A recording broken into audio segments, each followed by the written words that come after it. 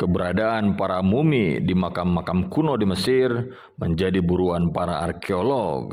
Namun, mereka tetap was-was karena beredar kabar ada kutukan Firaun di dalamnya. Itu setelah banyak para arkeolog maupun pemburu benda-benda bersejarah meninggal usai menemukan peti kuno lalu membukanya. Nah, baru-baru ini seorang arkeolog ternama memberikan pandangannya terkait kutukan Firaun. Kutukan itu konon menyebabkan kematian bagi orang-orang yang berani mengganggu makam kuno di Mesir.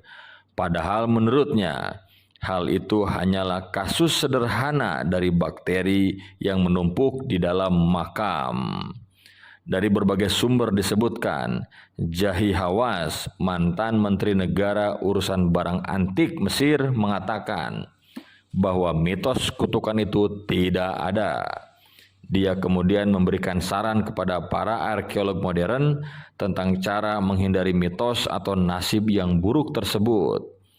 Kutukan tersebut telah lama diyakini akan menimpa siapa saja yang mengganggu sisa-sisa mumi orang Mesir kuno, termasuk orang-orang yang membuka makam Tutankhamun.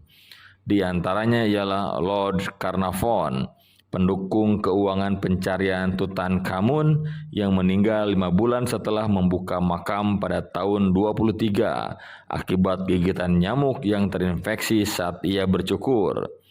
Sedang yang lainnya termasuk pemodal Amerika George J. Gould meninggal karena pneumonia seusai melihat makam tersebut pada tahun 1923. Sir Archibald Douglas Reid juga meninggal setelah melakukan ronsen pada mumi tersebut di London. Ada pula arkeolog Amerika James Henry Breasted yang meninggal pada tahun 1935 karena infeksi setelah perjalanan terakhirnya ke Mesir tahun 35, sementara arkeolog Inggris Howard Carter meninggal 17 tahun setelah ditemukannya penyakit Hodgkin. Meski media pada saat itu masih meributkan kehebohan dari adanya kutukan tersebut, Hawass bersikeras bahwa ada alasan ilmiah di balik kematian yang terlalu cepat. Menurutnya, ketika ada mumi di dalam sebuah makam, mumi ini memiliki kuman yang tidak dapat Anda lihat. Para arkeolog di masa lalu terburu-buru masuk ke dalam makam. Mereka terkena kuman dan kemudian meninggal. Untuk itu, Hawass mengatakan agar dapat menghindari nasib serupa dengan meninggalkan ruangan makam yang baru dibuka selama 30 menit untuk membersihkan kuman-kuman tersebut.